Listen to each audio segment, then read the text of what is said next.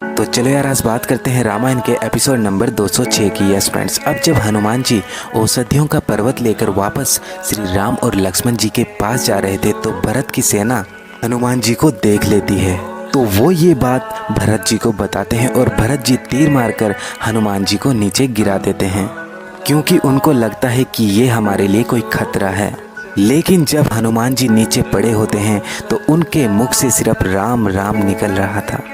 तो भरत जी समझ जाते हैं कि ये तो कोई राम के भक्त हैं। उसके बाद वो उनको श्री राम की कसम देते हैं और कहते हैं उठ जाओ, और कहते हैं कि अगर मेरा प्रेम श्री राम के लिए अच्छा है तो स्वस्थ होकर खड़े हो जाएं। और थोड़ी देर बाद ही हनुमान जी खड़े हो जाते हैं। उसके बाद भरत जी हनुमान जी से कहते हैं कि हे वीर, हे महात्मा, मैंने पूर्ण जांच किए बिना ही आपकी ओर बाण चला दिया, लिए भरत आपसे। तो चलो यार आज बात करते हैं रामायण के एपिसोड नंबर 207 की। यस फ्रेंड्स, अब भरत जी हनुमान जी से कहते हैं कि ये भरत आपसे क्षमा याचना चाहता है क्योंकि मैंने अनजाने में आप पर बाण चला दिया है। तो हनुमान जी कहते हैं भरत, आप भरत हो? तो उसके बाद भरत जी बताते हैं कि हाँ, मैं दशरथ पुत्र भरत हूँ और श्री राम का छोटा भाई, और तुम तो मूर्छा में भी मेरे भाई राम का नाम जप रहे थे। हे परम भक्त महात्मा, अपना परिचय देने की कृपया करें। तो हनुमान जी कहते हैं स्वामी, मेरे परिचय का क्या मोल है? मैं तो श्री राम का एक तुच्छ सेवक हूँ और मेरा नाम हनुमान है, और परिचय पाकर तो मैं कृत हो गया हूँ। आपके दर्शन से मेरा जीवन सफल हो गया है स्वामी। राम भरत का गुण गाते दिन रात नहीं थकते, पिता की तरह उनके नाम का जाप करते हैं। आज मैं उन भरत को अपने नेत्रों से देख रहा हूँ, मेरे नेत्र। तो चलो यार आज बात करते हैं रामायण के एपिसोड नंबर 208 की। यस फ्रेंड्स, अब भरत जी हनुमान जी से कहते हैं क्या सच में मेरे भैया मुझको याद करते हैं? तो हनुमान जी कहते हैं हाँ, आपको बहुत याद करते हैं, ऐसे जैसे कि मानो एक भगवान को याद कर रहे हों। तो भरत जी कहते हैं मेरे प्राणों को तुमने आज हरा भरा कर दिया है। अब आप ये बताइए कि वहाँ पर सब कुशल मंगल तो है ना? मेरे भैया भाभी और लक्ष्मण कैसे हैं वो सब? हनुमान जी उनको सब कुछ बताते हैं और उसके बाद ये कहते हैं भी लक्ष्मण जी बहुत बड़े संकट में हैं और मुझको रातों रात ये औषधियाँ वहाँ पर पहुँचानी हैं।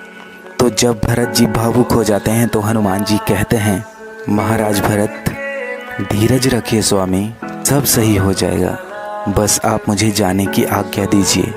हनुमान जी द्रोणागिरी पर्वत को उठाकर वहाँ से चल उड़ते हैं और आकाश से होते हुए श्री राम के पास पहुंच जाते हैं। तो उसके बाद क्या होता है ये जानने के लिए मेरा नेक्स्ट एपिसोड। तो चलो यार आज बात करते हैं रामायण के एपिसोड नंबर 209 की। यस फ्रेंड्स, अब जब हनुमान जी औषधियाँ लेकर पहुंच जाते हैं तो हनुमान जी कहते हैं वेदराज जी, मैं बूटियाँ लेकर आ गया हूँ। तो वेदराज कहते हैं अरे महावीर, तुम तो पूरा पर्वत ही उठा लाए। तो हनुमान जी कहते क्या करता वेदराज, मैं ठहरा अज्ञानी, आयुर्वेद आचार्य तो हूँ नहीं जो जड़ी बूटियों की पहचान कर लेता, इसलिए पूरा पर्वत ही उठा लाया। आप अपने आप पहचान कर लीजिए उस संजीवनी बूटी की।